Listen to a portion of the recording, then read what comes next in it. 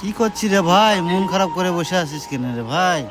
আর বলিও না রে ভাই, বন্ধনের লোক বার্তা এসে বসে আছে। ঠিকাদারকে ফোন করছি, ফোন তোলে না। আর একবার লাগিয়ে দেখি,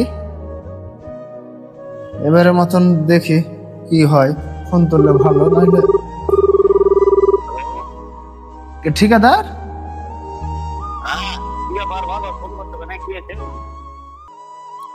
একটু ফাঁসে গেছি ভাই, একটু উদ্ধার করতে হবে। বন্ধনের লোক বার্তা এসে বসে আছে, মায়া লোককে নিয়ে খুব টানাটানি করছে।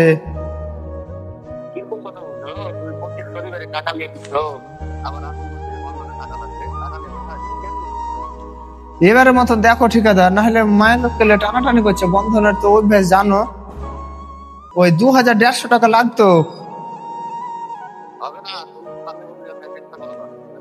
এবারে মতন দাও বাপু, বলছি বাপু আমার, এবারে মতন দাও বাপু। এমনি শরীরটাও ভালো না আমার বাপু, এবারে মতন দাও। কোঠে দেখবো বাপু?